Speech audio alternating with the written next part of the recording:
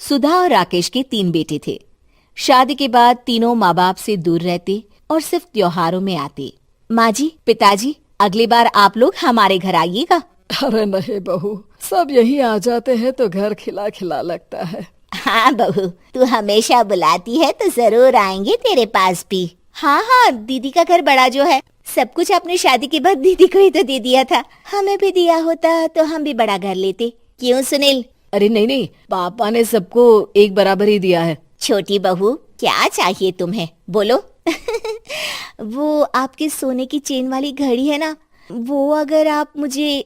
तभी वहाँ मजली बहू भी आ जाती है। और मुझे ना आपका मंगलसूत्र कितना लंबा, सुंदर और भारी भी है। अरे हाँ हाँ, तुम दोनों को ही दूंगी बहू, चिंता न करो। चलो अब खाना लगाओ, खाना खाया जाए। सभी मिलकर खाना खाते हैं कि पड़ोसन आ जाती है। अरे सुधा बहन, थोड़ी चीनी तो देना, घर में शक्कर नहीं है और मेहमान सर पर बैठे हैं। अरे छोटी बहू, चाची को शक्कर तो दे दो। अरे मजली दीदी, आप दे दीजिए ना, मैं यहाँ कम आती हूँ तो मुझे पता ही नहीं है कि सासू माँ सारी चीजें कहाँ रखती है। और तुम, मैं कौन सा यहाँ रोज शक्कर फाँकने के लिए आती हूँ, मुझे भी नहीं है पता। तभी बड़ी बहू हाथ में चीनी की कटोरी लेकर आती है। चाची, शक्कर आप लोगों का बड़ा सहारा है माँ जी और पिताजी को, वरना हम लोग तो यहाँ रहते ही नहीं। आप जैसे पड़ोसी हैं तो हम निश्चिंत है। और जीती रहे बहू, आप तो ये घर पड़ोस कम परिवार ज्यादा लगता है। सुधा अपनी बड़ी बहू को देखकर बहुत खुश रहा करती थी। वो उससे अक्सर घंटों बात भी किया करती, लेकिन दोनों दूसरी बहुओं का भी वो समझती थी कि शायद छोटी है, वक्त आने पर संभल जाएंगी। समय आ जाता है जब सभी को वापस जाना होता है। माँ जी, हम लोगों की फ्लाइट पहले है, हमें इजाजत दे। वो सास के गले लगकर चली जाती है। थोड़ी देर बाद छोटी बहू कहती है, माँ जी, मैं ना ये सोफे के कवर और चादरें ले जा रही हूँ, यहाँ तो ऐसी ही पड़ी रहेंगी। हाँ हाँ बहू, ले जा। और कुछ चाहिए तो बोल। और तो चाहिए बहुत कुछ, पर चलिए कोई बात नहीं, अगली बार ले जाऊंगी मैं। ऐसे ही मंजली बहू भी घर का बहुत सारा सामान ले जाती है। सभी के जाने के बाद सुधा राकेश से कहती है, घर कितना सूना लग रहा है ना। हाँ, और खाली भी। तुम्हारी दोनों बहुएं सब बटोर गई। अरे ठीक है ना, हम दोनों ही तो हैं, कितना सामान लगेगा। फिर उन लोगों की नई गृहस्थी, इतना मत सोचा करे। समय बीतता है। ऐसे ही हर साल त्योहारों में सुधा और राकेश के बच्चों की बहू आते और जाते वक्त ढेर सारा सामान पैक कर कर ले जाती। लेकिन कुछ ही सालों में सुधा का देहांत हो जाता है। पिताजी, आप यहाँ अकेले क्या करेंगे?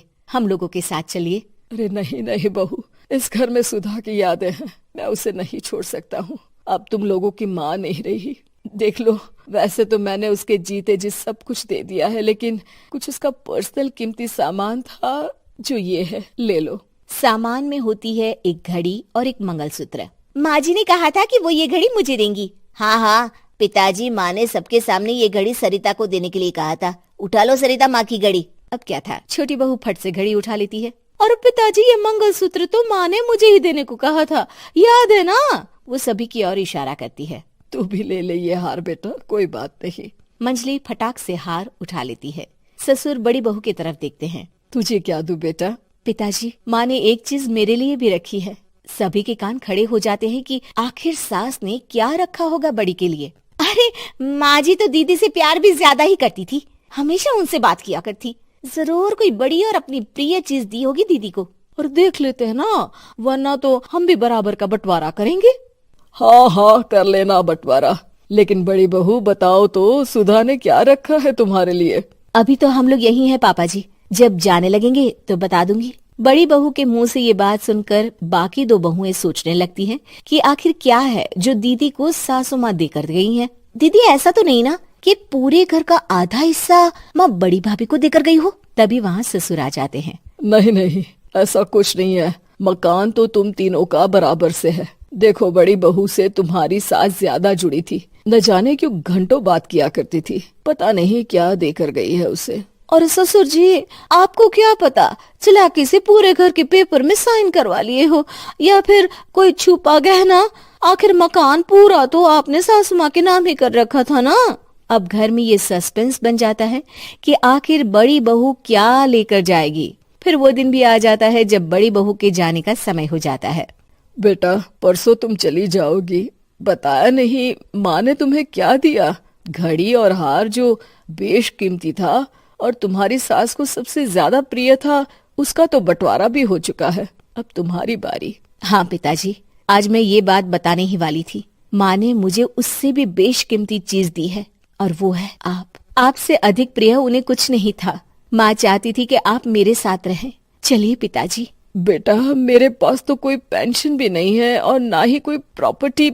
लेकिन आपके पास संस्कार है पिताजी, जो मेरे बच्चे आपसे लेंगे, तो आपको ले जाने पर स्वार्थ ही है मेरा। चलिए ना पापा।